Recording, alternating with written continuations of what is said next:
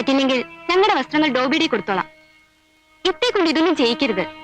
ഞാൻ പറഞ്ഞു ചെയ്യിച്ചതൊന്നുമല്ല, അവൾ അവളുടെ ഇഷ്ടത്തിന് ചെയ്തതാ. കേട്ടോടി, നീ തോന്നിയാസം കാണിച്ചിട്ട് കുറ്റം എനിക്ക്. ഇത്ത ഇത്ത എന്താ ഒരു വേലക്കാരി നിർത്താൻ സമ്മതിക്കാത്തത്?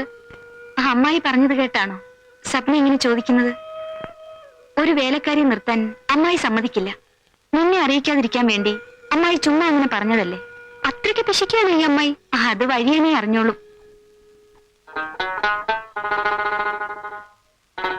അമ്മായി അല്ല, ഇതാര് ഷേജയോ?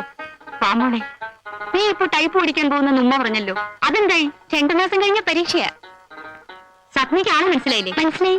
എന്നാ നിങ്ങൾ സംസാരിച്ചിരിക്കും, ഞാനിപ്പോ വരൂ.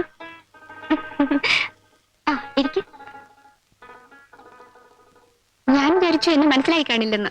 കല്യാണ ദിവസം മാത്രമേ കണ്ടുള്ളെങ്കിലും ഷേജ എനിക്ക് എത്ര പെട്ടെന്ന് മറക്കാൻ പറ്റില്ലല്ലോ. അന്നെ കളിയൊക്കെ കൊല്ലാണെന്നില്ലേ?